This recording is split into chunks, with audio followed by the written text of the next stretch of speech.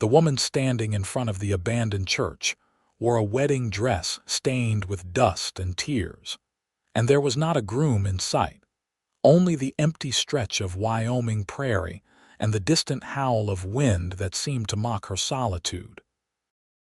Delilah Winters had arrived in Sloan, Wyoming 3 days ago with dreams of marrying Thomas Crane, the businessman who had courted her through letters for 8 months.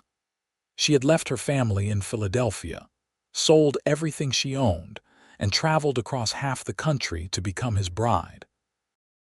The wedding was supposed to happen yesterday at noon. She had stood in this very spot, bouquet trembling in her hands, waiting for a man who never appeared. The preacher had waited 2 hours before apologizing and leaving. The few townspeople who had gathered out of curiosity had dispersed with pitying glances and whispered conversations. Now it was 1882, and Delilah found herself stranded in a town where she knew no one, with barely enough money for a week at the boarding house, wearing a dress that represented every shattered hope she had carried west. She could not afford the train fare back to Philadelphia, and even if she could, what would she return to? Her parents had disapproved of this match from the beginning, and her sister had warned her about men who courted through letters. The humiliation of returning home would be unbearable. She stood there in the afternoon sun, staring at the church door, trying to understand what had gone wrong. Had Thomas simply changed his mind? Had something terrible happened to him? The hotel clerk had told her that Thomas Crane had checked out of his room 2 days before the wedding and left town on the morning stage.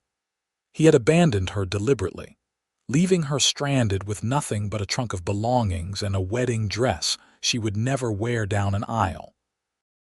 The sound of horse hooves on the hard-packed dirt road made her turn. A cowboy was riding toward town, leading a pack horse loaded with supplies. He was tall in the saddle, wearing a dusty brown hat, leather chaps, and a dark vest over a faded blue shirt. His face was weathered by sun and wind, with a strong jaw covered in a few days of stubble. As he drew closer, she could see his eyes were a striking gray-blue, like storm clouds over the mountains. Marcus Yale slowed his horse as he approached the church.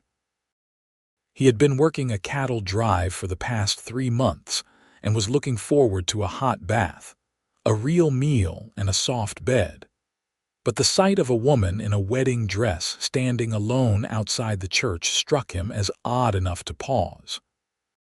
He had seen many strange things in his 32 years of life on the frontier, but this was something new.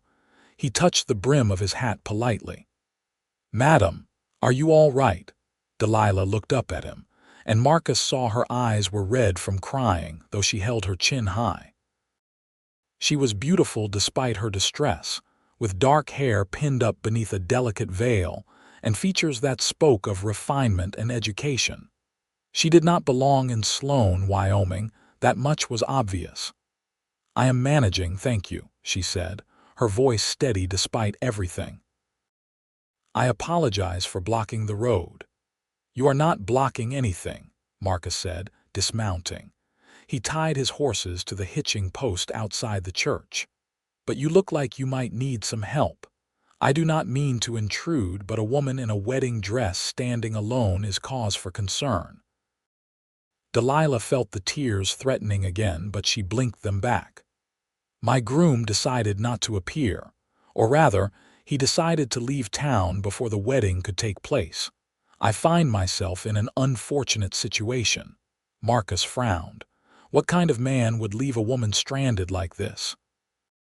He looked at her more carefully and saw not just beauty but courage in the way she stood there, refusing to crumble completely despite the devastation she must be feeling.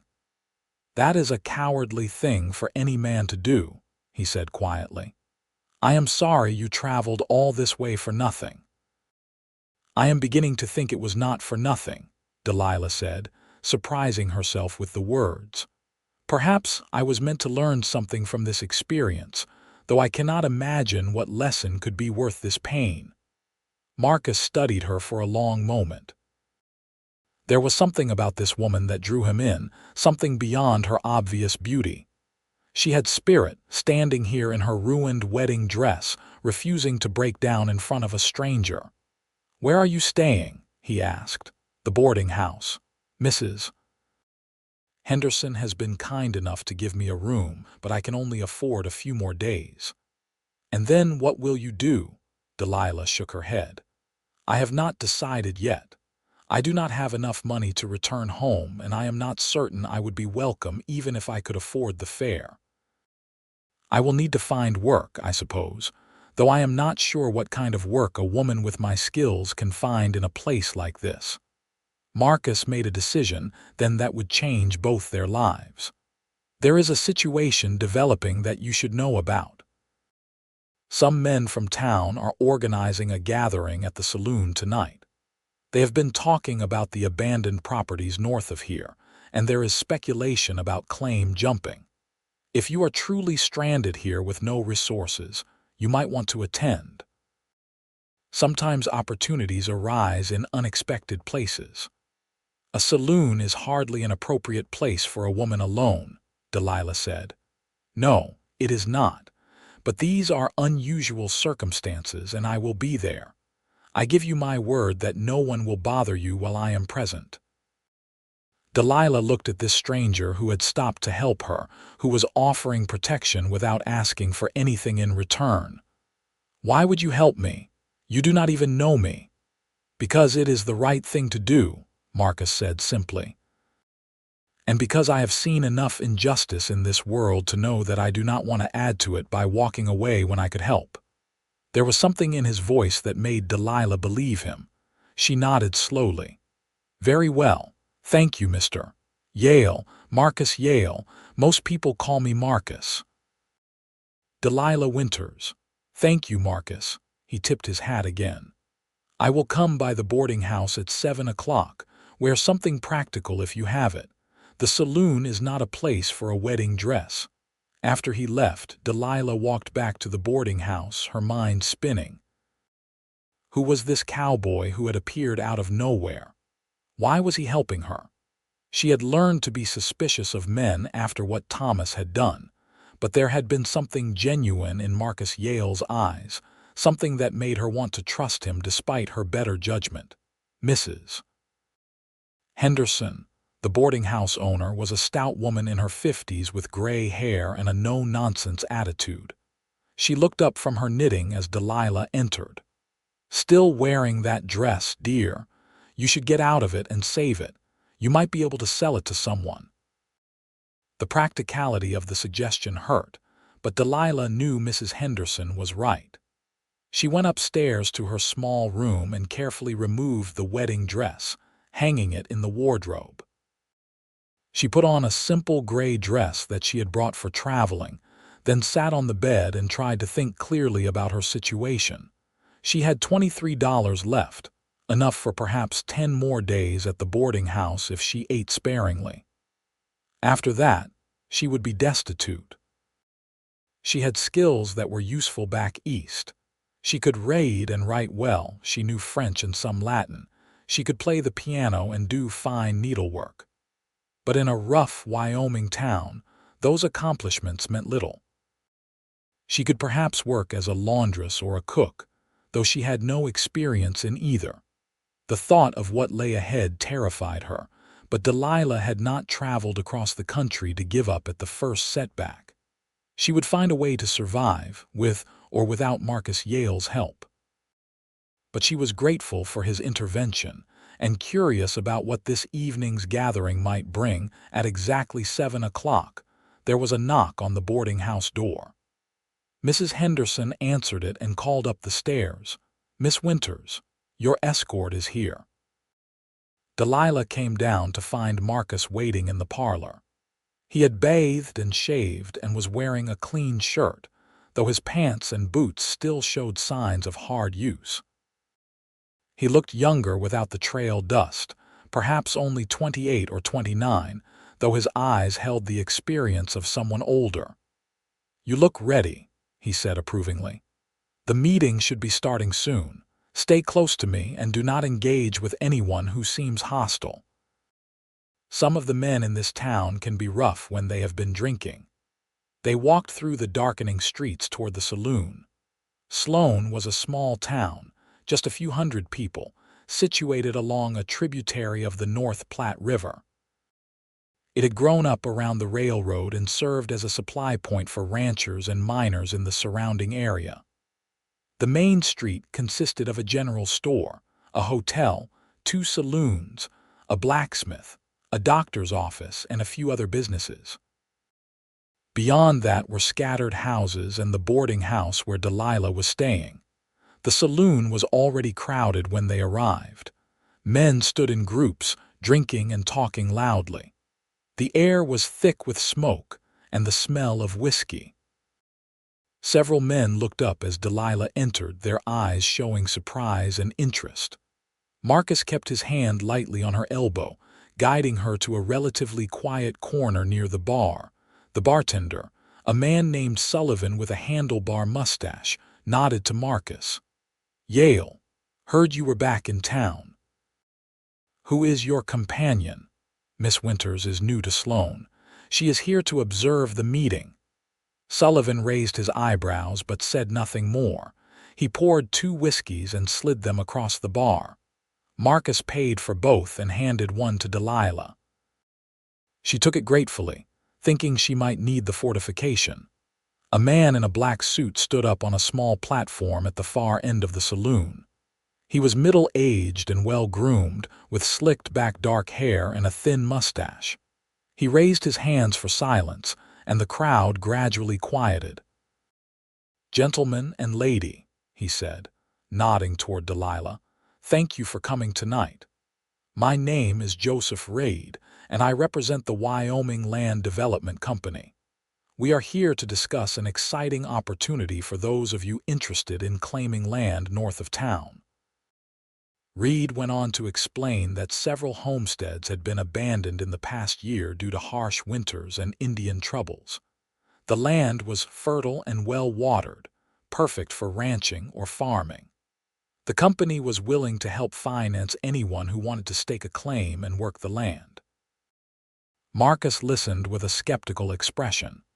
He had heard of land schemes like this before, and they usually benefited the company more than the settlers. But he said nothing, just watched and waited. When Reid finished his presentation, he opened the floor to questions. Several men asked about water rights, title guarantees, and financing terms. Reid answered smoothly, making everything sound simple and profitable. Then Marcus spoke up. "What about the original homesteaders?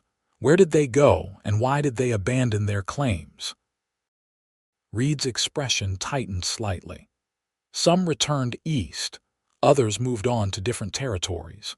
The reasons vary, but the important thing is that the land is available now." "And what about the Arapaho tribe that has hunting grounds in that area? Have they agreed to this development?" The room went quiet. Reid's face flushed. "The Indians have been relocated to their designated reservation. They have no claim to that land anymore." "That is not what I heard," Marcus said calmly. "I heard the treaty boundaries are still disputed, and that there have been incidents of violence when settlers moved into that territory. If you are afraid of a few Indians, Yale, then perhaps frontier life is not for you," Reid said with a sneer. Marcus did not rise to the bait. "I am not afraid, I am cautious. There is a difference. I think you are not being honest with these men about the risks they would be taking." Reid's face darkened. "I do not appreciate your implications. Everything I have said is accurate. If you are not interested in the opportunity, you are free to leave."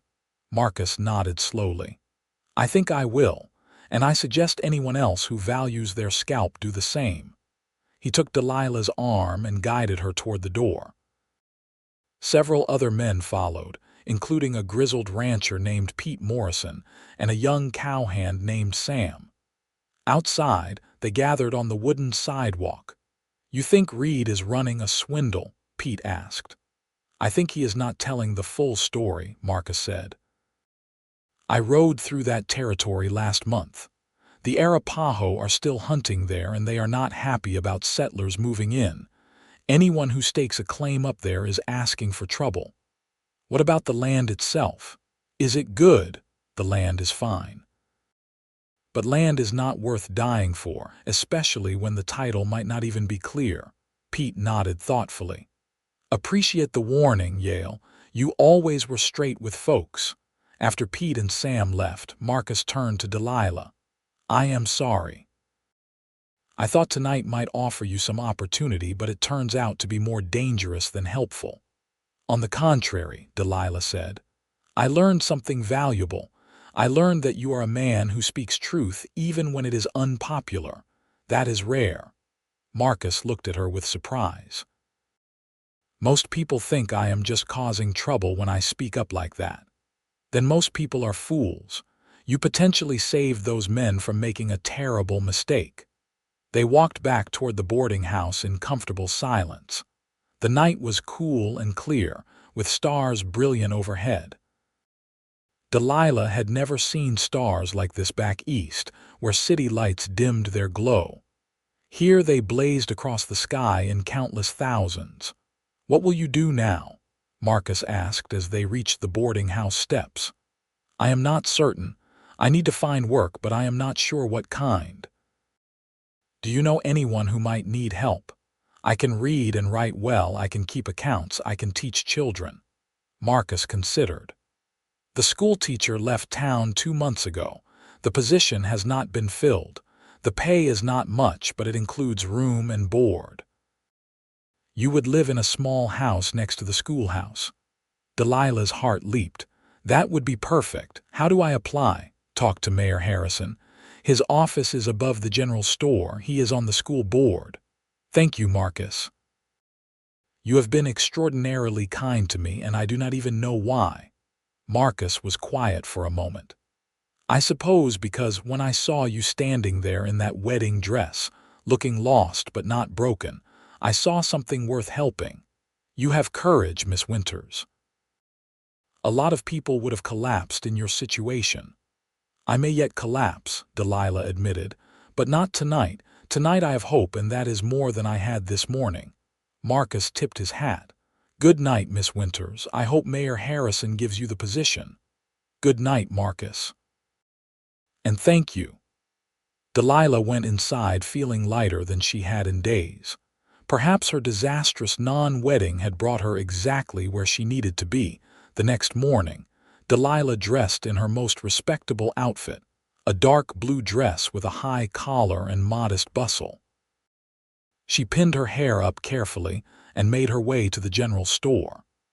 The stairs to the mayor's office were on the outside of the building, and she climbed them nervously. Mayor Harrison was a portly man in his 60s with white hair and spectacles. He looked up from his desk with surprise when Delilah knocked and entered. Can I help you, miss? My name is Delilah Winters, and I understand you are looking for a schoolteacher. I would like to apply for the position. The mayor's eyebrows rose. You are the woman who was supposed to get married to Thomas Crane, are you not? I heard about what happened. Terrible business, just terrible. Delilah kept her composure. Yes, Mayor, but I am here now and I need employment. I am well educated and experienced with children. I taught Sunday school back in Philadelphia for 3 years. Mayor Harrison studied her. What makes you think you could handle teaching in a frontier town? It is not like back east. Some of these children are rough, and their parents are not always supportive of education. I am not afraid of hard work or difficult students. I need this position, Mayor Harrison, and I promise you I will do it well. The mayor drummed his fingers on his desk. The pay is $40 a month plus room and board. The schoolhouse needs cleaning before the term starts next month. You would be responsible for teaching children ages 6 to 14, all in one room. Can you handle that? Yes, Mayor, I can. All right, Miss Winters. The job is yours on a trial basis. If the parents complain or the children do not learn, I will have to let you go. But I am willing to give you a chance. God knows we need a teacher." Delilah felt relief wash over her. "Thank you, Mayor. You will not regret this." She left the office feeling like she could breathe again. $40 a month was not much, but it was enough to live on, and she would have a home. The schoolhouse would become her sanctuary, her new beginning. She went immediately to see the schoolhouse, which was located on the edge of town. It was a simple wooden building with a pitched roof and a small house attached to the side. Both had been empty for months and were dusty and neglected.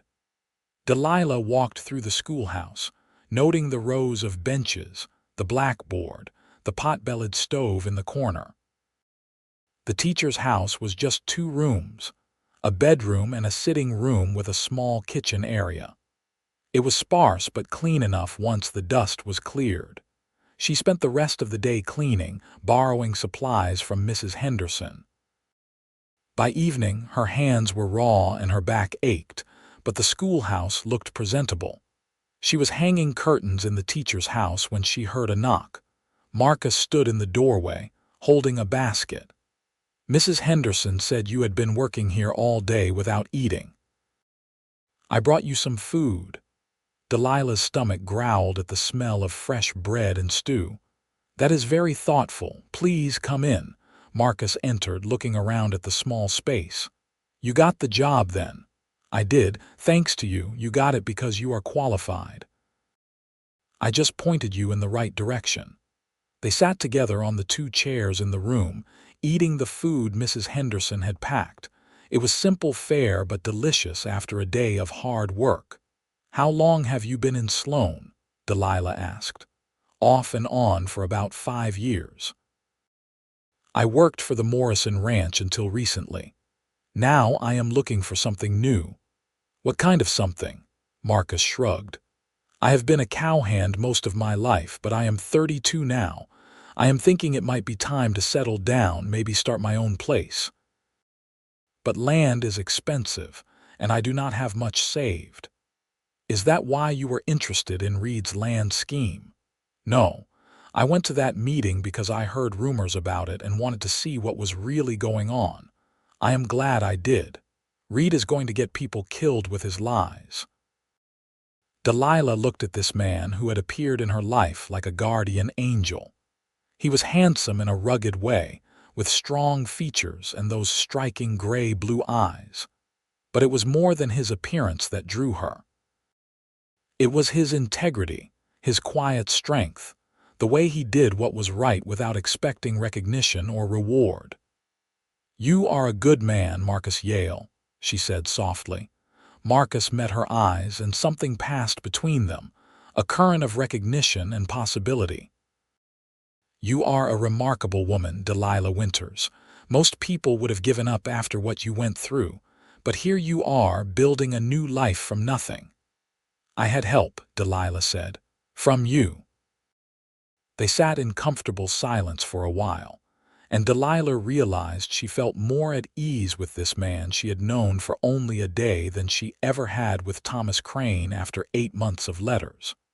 Marcus was real in a way Thomas had never been, present and solid and true. Over the following weeks, Marcus became a regular presence in Delilah's life.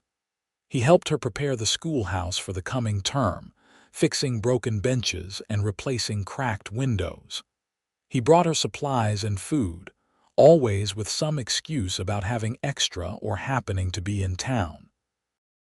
Delilah knew he was making special trips to see her, and she treasured each visit. They talked about everything, their pasts, their dreams, their views on the world. Delilah learned that Marcus had been born in Missouri, the son of farmers who died in a fire when he was 16.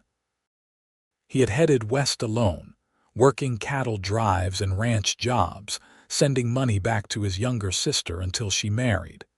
He had never stayed in one place long, always moving on when the work dried up or the wanderlust struck. "Why do you move around so much?" Delilah asked one evening as they sat outside the schoolhouse watching the sunset. "I suppose I never found a reason to stay anywhere," Marcus said. "Or maybe I was waiting to find the right place." "And have you found it?" Marcus looked at her, and the intensity in his eyes made her breath catch. "I think I might have." Before Delilah could respond, they heard the sound of horses approaching. A group of riders appeared, 5 men on horseback, riding hard into town. They stopped outside the saloon, dismounting quickly. Marcus stood up, his hand moving unconsciously to the gun at his hip. "That is Joseph Reed and his men. I wonder what they are doing back in town." "Should we go see?" "You stay here. I will find out what is happening." But Delilah followed him anyway, unwilling to be left behind. They reached the saloon just as Reed and his men were going inside. Marcus pushed through the door and Delilah stayed close behind him. Reed was at the bar, drinking whiskey and talking rapidly to Sullivan the bartender. His face was scratched and his clothes were torn. The other men with him looked equally rough. "What happened?" Sullivan asked. "Indians," Reed spat. "We took a group out to survey the land and a war party attacked us, killed 3 men, wounded 2 others. We barely escaped with our lives." Marcus stepped forward. "I warned you that land was disputed territory." Reed spun around, his face contorted with rage. "This is your fault, Yale. You scared off half my investors with your talk about Indians and danger. If I had had more men with me, we could have fought them off." "More men would just mean more deaths," Marcus said calmly. "You knew the risks and you went anyway for profit." "Those men died because of your greed." Reed's hand moved toward his gun, but Sullivan intervened, reaching across the bar to grab Reed's wrist. "No gunplay in my establishment, Reed. Take your quarrel outside if you must, but not in here." Reed jerked his arm free, glaring at Marcus. "This is not over, Yale." "Yes, it is," Marcus said. "Your land scheme is finished. No one is going to invest after this. Go back to whatever rock you crawled out from under and leave these people alone." Reed and his men left the saloon and the crowd erupted in conversation. Marcus turned to find Delilah pale and shaken. "Are you all right?" he asked. "That man would have shot you if the bartender had not stopped him." "Maybe, but I doubt it. Men like Reed are cowards when it comes down to it. They talk big but rarely follow through." Delilah grabbed his arm. "You could have been killed." Marcus covered her hand with his. "But I was not. I am fine, Delilah." The use of her first name, the warmth of his hand on hers, the concern in his eyes, all of it overwhelmed her suddenly. Delilah realized with startling clarity that she had fallen in love with this cowboy who had stopped to help a woman in a wedding dress, who had stood beside her when she had no one, who had become her anchor in a strange new world. "Marcus," she said, her voice trembling. "I need to tell you something." But before she could continue, Mayor Harrison burst into the saloon. "Yale, we need you. There is trouble at the Morrison Ranch.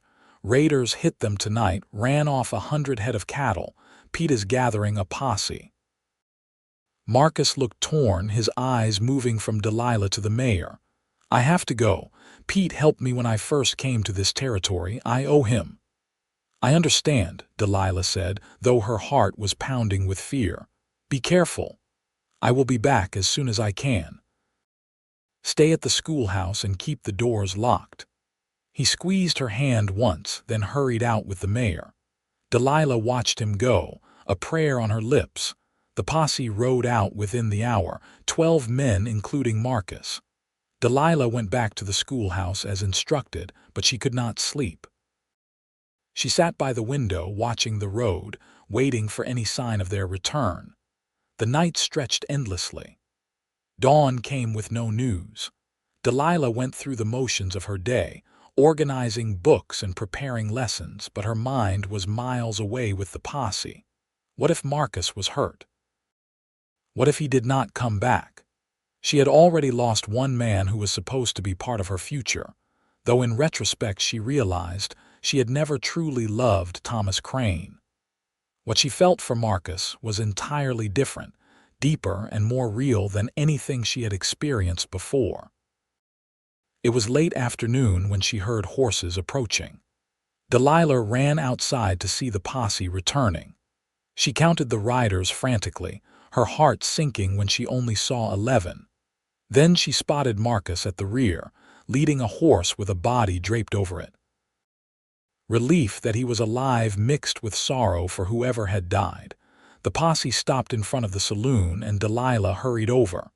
Marcus dismounted, his face exhausted and grim. There was blood on his shirt, though he did not seem to be injured. "What happened?" she asked. "We caught up with the raiders at dawn. There was a gunfight. We got the cattle back, but Sam was killed." Sam was the young cowhand who had been at the meeting that first night. Delilah felt tears sting her eyes. Sam had been barely 20, full of enthusiasm and dreams. "I am so sorry." Marcus nodded wearily. "So am I. He was a good kid." Pete Morrison came over, his face haggard. "Yale saved my life out there. One of the raiders had me pinned down and Marcus shot him before he could finish me. I owe you, friend." "You do not owe me anything," Marcus said. "We look out for each other. That is how it works out here." The town buried Sam the next day.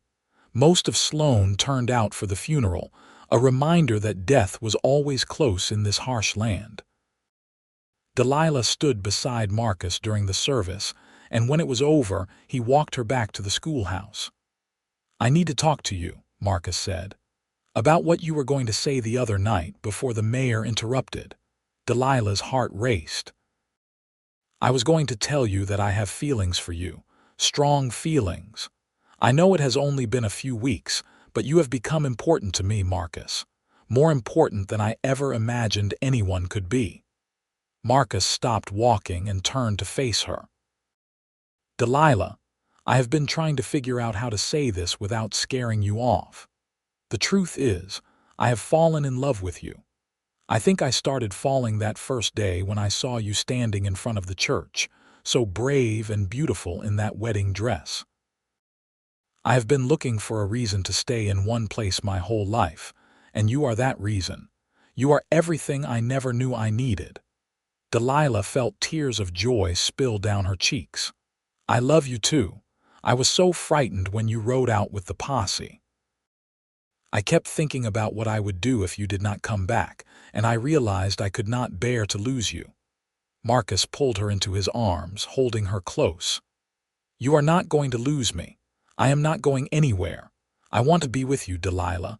I want to build a life with you here in Sloan." She looked up at him. "Are you certain? You said yourself you have never stayed anywhere long." "I am certain. You are my home now, wherever you are."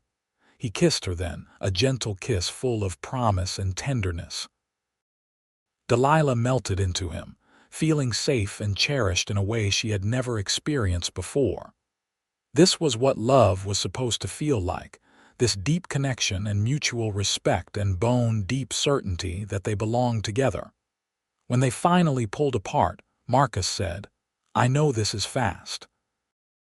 I know you just escaped one engagement, but I also know what I feel, and I know you deserve better than what Thomas Crane gave you. I want to do this right. I want to court you properly, let you get to know me, make sure this is what you truly want." "I already know it is what I want," Delilah said. "But I appreciate your respect for my situation. Let us take our time and do this properly." Over the next months, Marcus courted Delilah with old-fashioned dedication.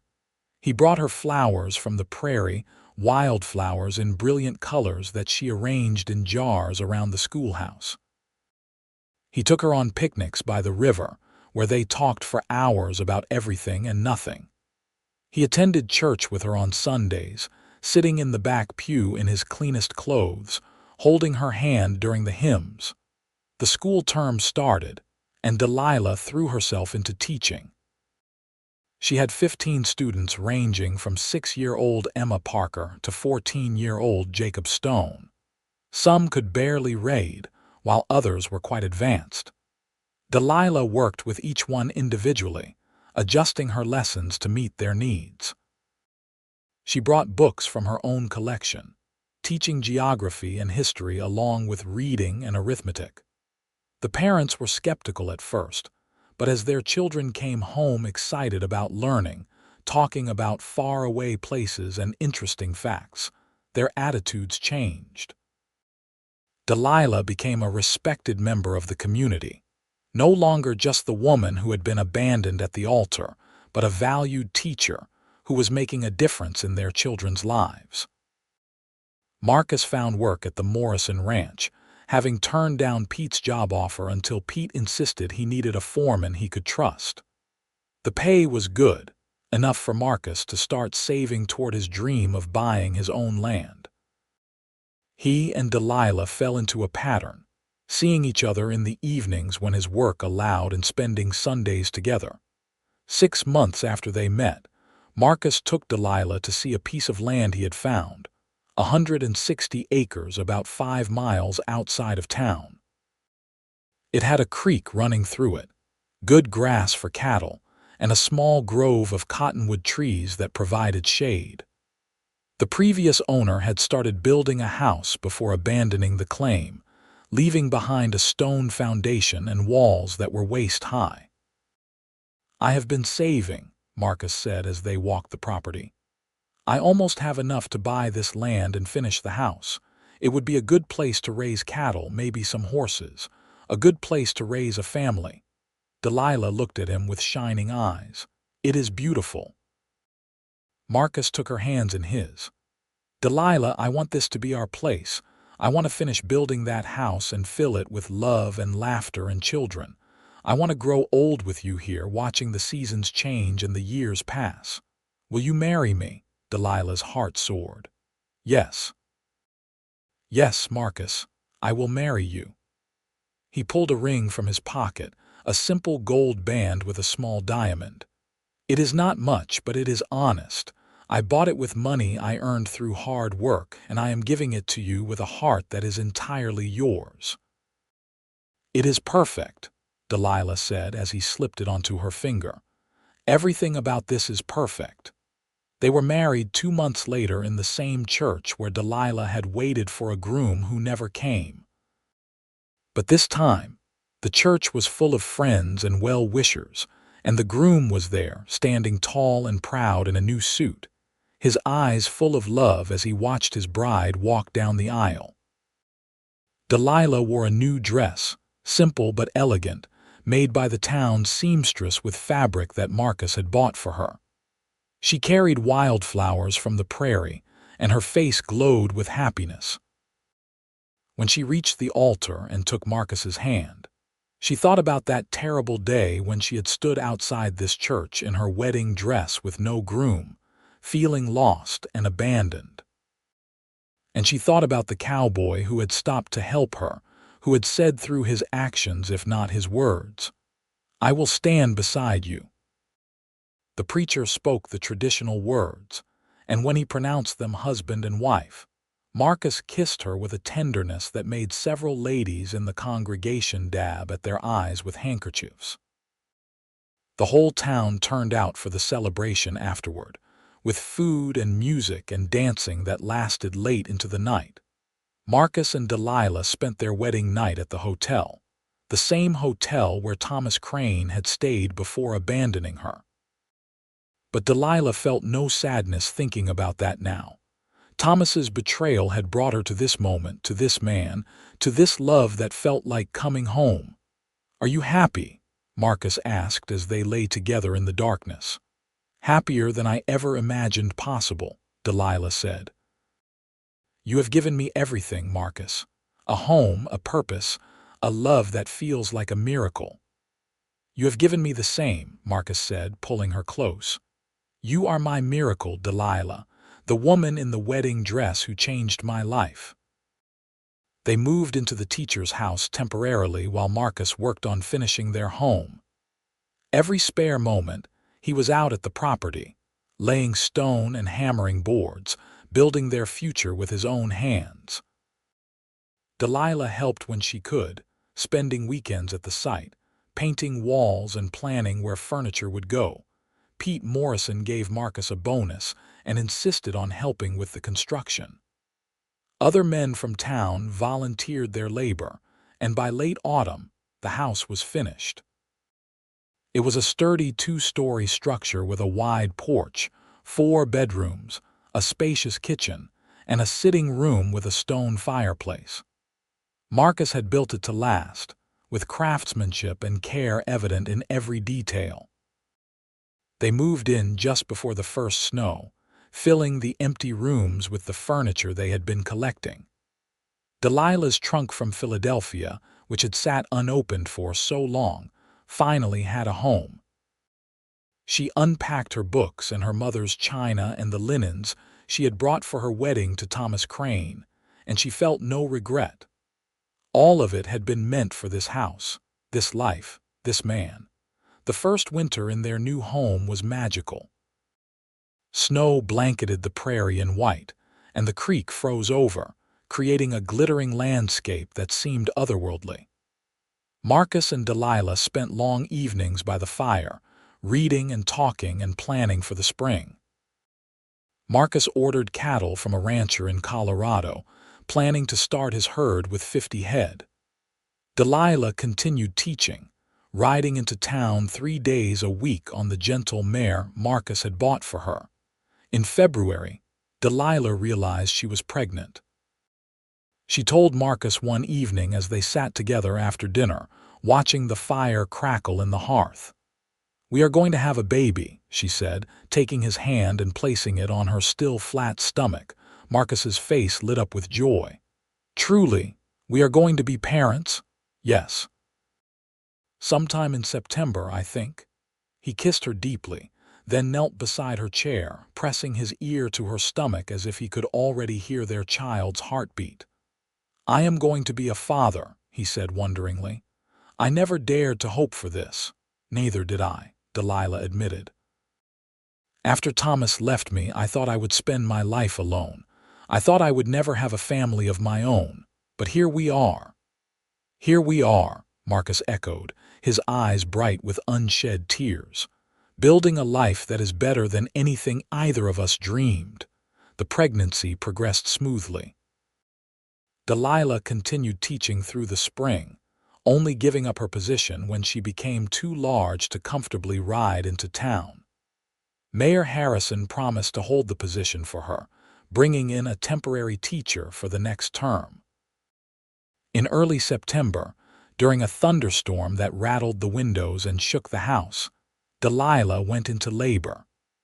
Marcus rode through the storm to fetch the doctor, returning soaked to the skin but with the elderly physician in tow. The labor was long and difficult, lasting through the night and into the next morning. Marcus paced the kitchen, praying and worrying, while the doctor attended to Delilah upstairs. Finally, as dawn broke clear and bright after the storm, Marcus heard the sound he had been waiting for, a baby's cry. He raced up the stairs, bursting into the bedroom to find the doctor wrapping a squalling infant in a blanket. "You have a son," the doctor announced with a smile. "A healthy boy with a good set of lungs." Marcus went to the bed where Delilah lay exhausted but radiant, holding their newborn. "A son," she said softly. "We have a son, Marcus." He sat beside her, looking down at the tiny red face and the little fists waving in the air. "He is perfect. You are perfect. I love you both so much." They named him Matthew Yale after Marcus's father. Matthew was a good baby, healthy and strong, with his father's blue-gray eyes and his mother's dark hair. Marcus was a devoted father, taking Matthew out to see the cattle when he was only weeks old, talking to him constantly about the ranch and the land and the life they were building. Delilah recovered quickly from the birth and settled into motherhood with the same determination she brought to everything else. She loved her son fiercely, nursing him and rocking him and singing lullabies that her own mother had sung to her. The house filled with the sounds of baby laughter and the bustle of family life. When Matthew was 6 months old, Delilah returned to teaching part-time, bringing the baby with her to school. The students loved having little Matthew there, taking turns holding him and making him laugh. It was unconventional, but this was the frontier, where conventional rules often did not apply. The ranch prospered. Marcus's cattle multiplied and he sold beef to the army and to markets in Cheyenne. He bought more land, expanding their property to 320 acres. He hired 2 cowboys to help with the work, young men who lived in a bunkhouse Marcus built near the barn. 2 years after Matthew was born, Delilah became pregnant again. This time the labor was easier, and she delivered a daughter in the early morning hours of a spring day. They named her Margaret, after Delilah's mother. Margaret was quieter than Matthew had been, a contemplative baby with wide, dark eyes who seemed to study everything around her. Life settled into a comfortable rhythm. Marcus and Delilah worked side by side, building their ranch and raising their children. Matthew grew into a sturdy boy who followed his father everywhere, learning to ride and rope and work cattle. Margaret was quieter but equally determined, helping her mother in the kitchen and the garden, learning her letters and numbers at an early age. 5 years after their wedding, Marcus and Delilah stood on their porch watching the sunset, Matthew and Margaret playing in the yard. The ranch had become everything Marcus had dreamed, a thriving operation with cattle and horses and fertile land. Delilah had returned to teaching full-time, with Margaret starting school and Mrs. Henderson's daughter helping to watch both children when needed.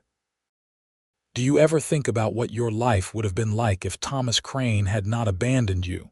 Marcus asked. Delilah considered the question.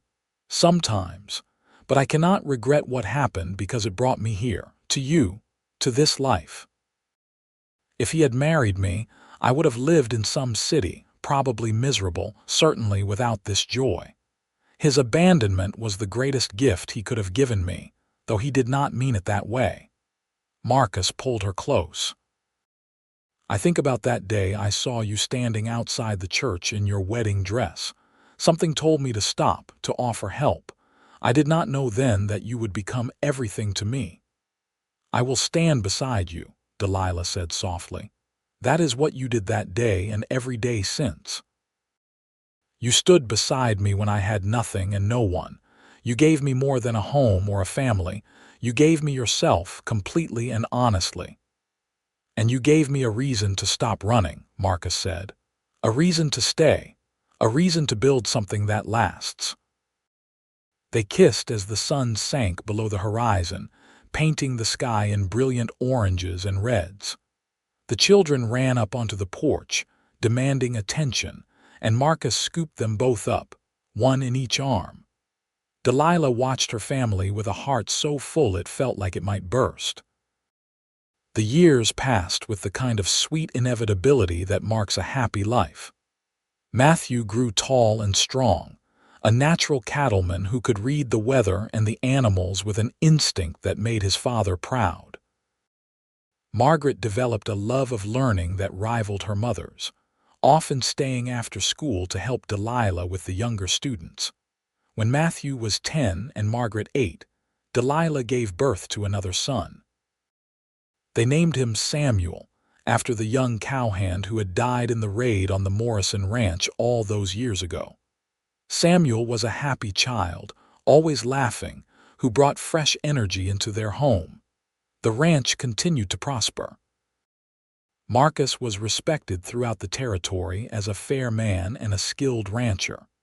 He served on the town council and helped resolve disputes between settlers. Delilah expanded her teaching, starting a small lending library in the schoolhouse so that families could borrow books. Pete Morrison retired and sold his ranch to a company from back east, but not before throwing a party that brought together ranchers and settlers from 100 miles around. At that party, with gray streaking his hair and lines around his eyes, Marcus stood up to speak. Pete asked me to say a few words, Marcus began, looking around at the assembled crowd. I came to this territory 18 years ago with nothing but a horse and a determination to make something of myself. Pete gave me my first real job, taught me about ranching, and became my friend. But the greatest gift this land gave me was not work or prosperity. It was love. He looked at Delilah, who sat at a nearby table with their children. 18 years ago, I saw a woman in a wedding dress standing outside a church, and something told me to stop and help. That decision changed my life in ways I could never have imagined. Delilah, would you come here? Delilah stood and moved to his side, puzzled. Marcus took her hand. You transformed me from a drifter into a man with purpose. You gave me a home and a family, and a reason to wake up every morning grateful for the gift of life. You have been my partner in every way, working beside me to build our ranch, raising our children with wisdom and love, making our house a true home. I love you more today than I did when we married, and I will love you more tomorrow than I do today. Thank you for choosing me, for standing beside me, for being the best part of my life. The crowd erupted in applause and cheers. Delilah was crying, and Marcus pulled her into an embrace, kissing her while their children watched with a mixture of embarrassment and delight that made the crowd laugh. Later that night, as they rode home in their wagon with the children asleep in the back, Delilah said, "You surprised me with that speech. I meant every word. You are the miracle of my life, Delilah, and you are mine. I love you, Marcus Yale. I love you, Delilah Yale." The following years brought changes to Sloan and the surrounding territory.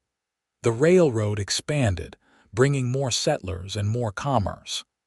The town grew from a rough frontier outpost into a proper community with a new school building, a hospital, and paved streets.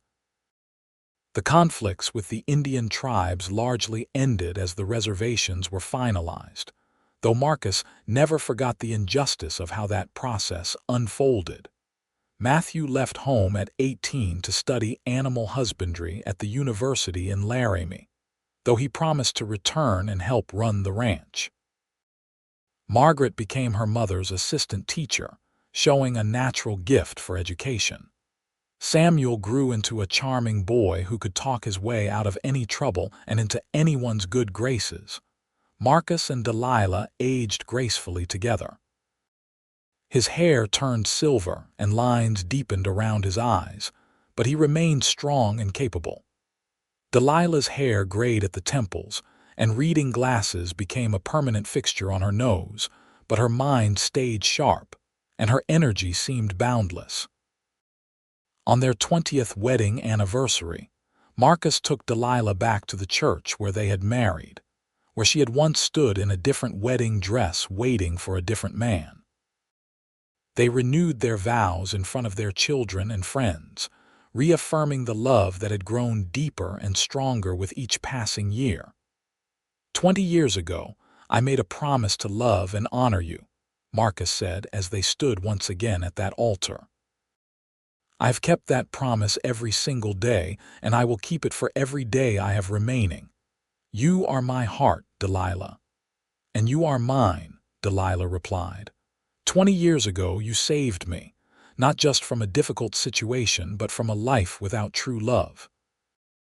You showed me what it means to be cherished and respected and valued. Every day with you has been a gift. They kissed, and the church erupted in applause.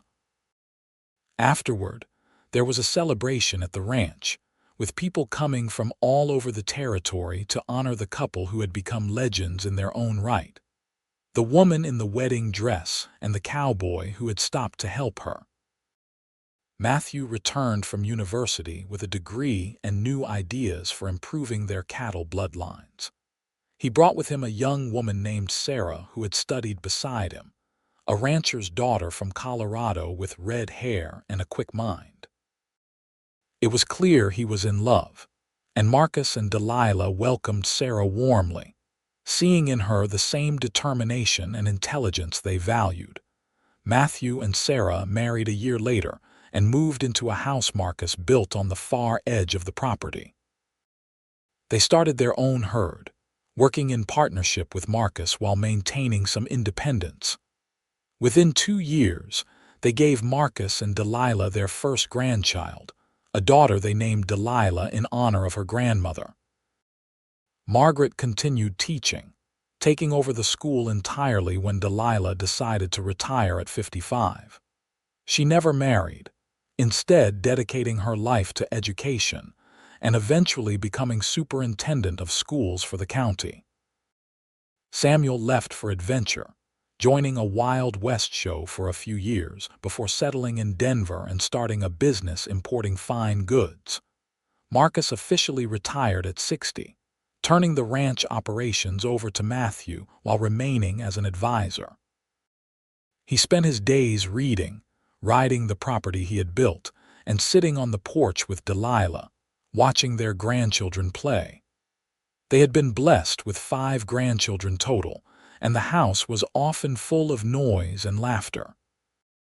On a warm summer evening when Marcus was 65 and Delilah 62, they sat together on their porch swing, watching the sunset paint the sky in brilliant colors. The air smelled of hay and flowers from Delilah's garden. In the distance, they could see cattle grazing peacefully. "Do you remember the first time we watched a sunset together?" Delilah asked.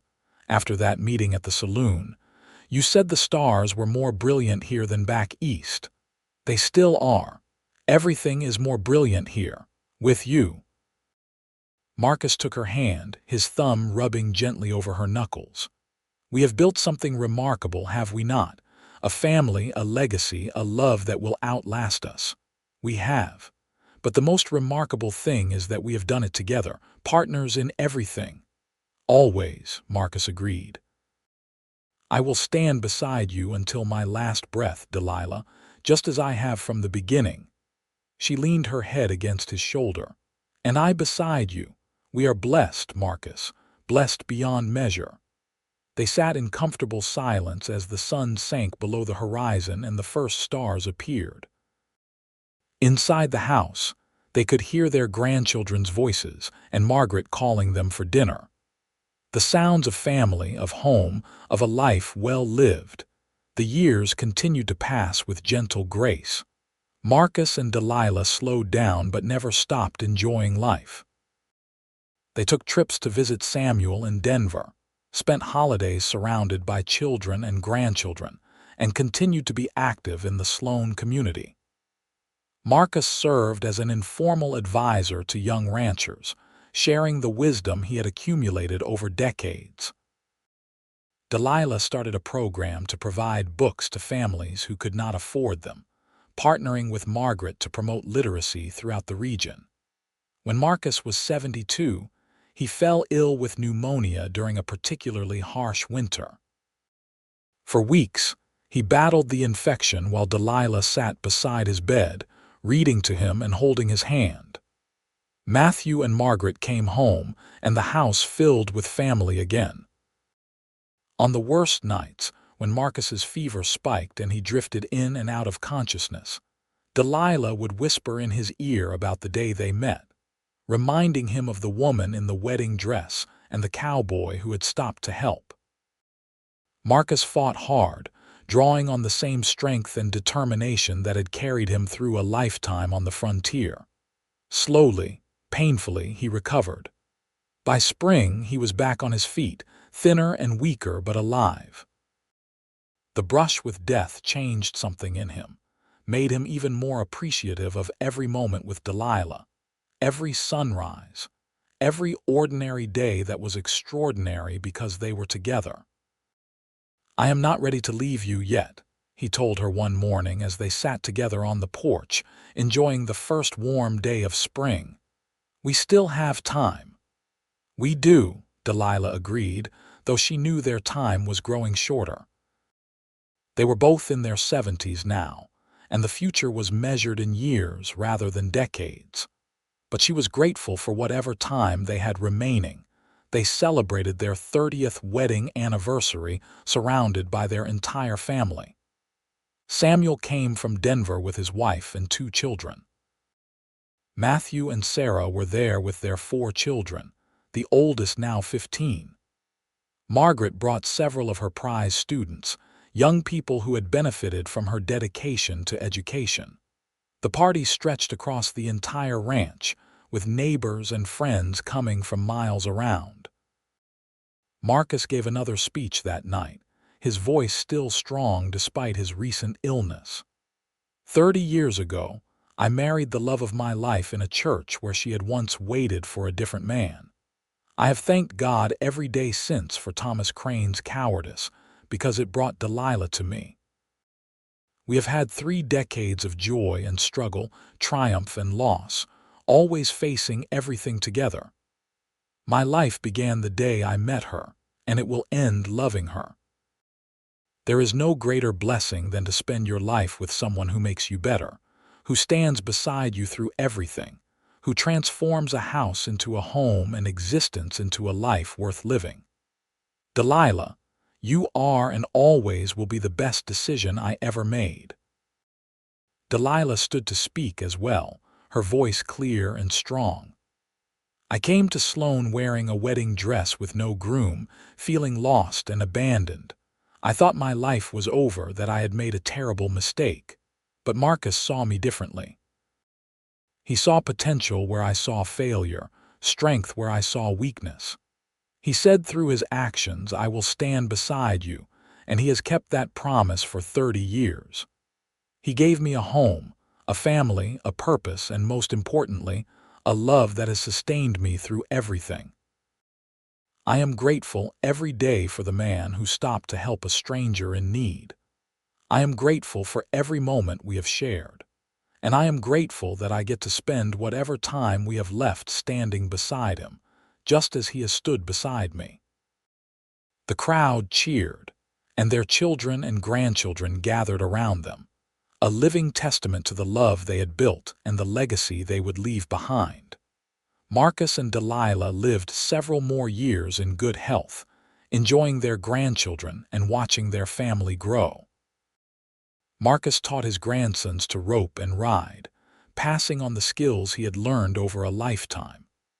Delilah taught her granddaughters to read and write, instilling in them the love of learning that had always been her passion.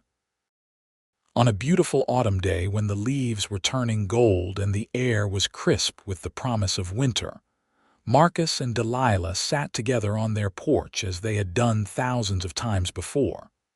Marcus was 78, Delilah 75. They had been married for 33 years and together for 33 and a half. No regrets, Marcus asked, a question he had asked many times over the years. None, Delilah replied, the answer she always gave. Except perhaps that we did not meet sooner, so we could have had more time together. We have had enough time to build something beautiful. Look at what we have created. 3 children, 5 grandchildren, a ranch that will last for generations, a love that has inspired everyone who knows us. We have lived well, Delilah. We have. And we will continue to live well for as long as we have. They sat in comfortable silence, holding hands, watching the sun set over the land they had built into a home. The cattle lowed in the distance. The wind rustled through the cottonwood trees. Inside, they could hear Margaret preparing dinner and the voices of 2 grandchildren who were staying for the week. I love you, Marcus said softly, more than words can express. And I love you, forever and always. The sunset faded into twilight, stars appearing one by one in the darkening sky. Marcus and Delilah stayed on the porch until Margaret called them inside, neither wanting to break the perfect moment. They had spent a lifetime creating perfect moments together, and they treasured each one, knowing how precious they were. Marcus lived to be 82, passing peacefully in his sleep on a winter morning with Delilah beside him. She held his hand as he took his last breath, whispering the same words of love she had spoken for over 3 decades. The grief was immense, but so was the gratitude for the life they had shared. At his funeral, the church was packed with people whose lives Marcus had touched. Cowboys he had worked with, ranchers he had advised, young people he had mentored, friends he had helped. They told stories about his integrity, his wisdom, his quiet strength. But the most powerful testimony came from Delilah herself, standing before the congregation with her children beside her. "Marcus Yale was the best man I have ever known," she said, her voice steady despite her tears. "He was honest and brave and kind. He built a life of meaning through hard work and dedication. He raised a family with love and patience. He treated everyone with respect, regardless of their station in life. But most importantly, he kept his promises. 37 years ago, when I was lost and alone, he promised through his actions to stand beside me. He kept that promise every single day until he drew his last breath. He stood beside me through joy and sorrow, success and failure, youth and old age. He was my partner in everything, my best friend, my great love. And though he is gone, what we built together remains. Our children and grandchildren carry his legacy forward. The ranch we created continues to thrive, and the love we shared will never die because it lives on in everyone who knew us. Marcus, my darling, thank you for everything. Thank you for stopping that day when you saw a woman in a wedding dress with no groom. Thank you for saying, through your actions and then your words, I will stand beside you. You gave me a life beyond my wildest dreams, and I will carry you in my heart until we meet again." Delilah lived another 5 years after Marcus passed, spending her remaining time with her children and grandchildren, writing down the story of their life together so that future generations would know how their family began. She documented everything: how they met, how they fell in love, how they built the ranch from nothing, how they raised their children and weathered every storm together. She passed away quietly at 80, sitting in the porch swing where she and Marcus had spent so many evenings together. Margaret found her there, a peaceful smile on her face, the journal that contained their story resting in her lap. The family believed she had simply decided it was time to join Marcus, that living without him had become too lonely, despite the love of her children and grandchildren. They buried Delilah beside Marcus on a hill overlooking the ranch, beneath 2 cottonwood trees. The headstones were simple but elegant. Marcus Yale, 1850–1932, beloved husband, father, grandfather, I will stand beside you. Delilah Winters Yale, 1857–1937, beloved wife, mother, grandmother, and I beside you. Their children ensured that their story lived on. Matthew had the journal published as a family history, and copies were given to each grandchild and great-grandchild as they came of age. The ranch remained in the family for generations, each new owner learning about the woman in the wedding dress and the cowboy who had stopped to help her. The schoolhouse in Sloan was eventually renamed the Yale School in honor of Delilah's contributions to education. A scholarship fund was established in both their names, helping young people from ranching families attend college. But the greatest legacy Marcus and Delilah left was not the ranch or the school or the money. It was the example of their love, steadfast, generous, enduring. They showed everyone who knew them what marriage could be when built on mutual respect, genuine partnership, and unwavering commitment. They proved that true love does not just happen in the pages of novels, but can be created through choice and dedication, and the daily decision to stand beside your partner through everything life brings. Their great-grandchildren would grow up hearing stories about the remarkable couple who founded their family. They learned about the day Marcus first saw Delilah standing outside the church, wearing a wedding dress with no groom. They learned how he offered help without asking for anything in return, how he courted her with patience and respect, how he built a life with her through hard work and determination. They learned about the deep love that sustained them through more than 3 decades of marriage, through illnesses and hardships and losses, through joys and triumphs and celebrations. And they learned the most important lesson of all, that real love means standing beside someone, not just in the easy times but through everything. Marcus had looked at a stranger in distress and said through his actions, "I will stand beside you." He had kept that promise every day of his life. And Delilah had stood beside him in return, creating a partnership that became the foundation for everything else they built. The ranch continued to prosper for generations. The family that Marcus and Delilah created spread across Wyoming and beyond, always carrying the story of how it all began. And on the hill overlooking the ranch, beneath the cottonwood trees, 2 simple headstones marked the resting place of 2 remarkable people who had transformed each other's lives through love. The woman who had arrived in Sloan wearing a wedding dress with no groom had found something far better than the marriage she had planned. She had found a true partner, a genuine love, a life of meaning and purpose. And the cowboy who had stopped to help a stranger had found the reason he had been searching for all his life, the reason to stay in one place and build something that would last.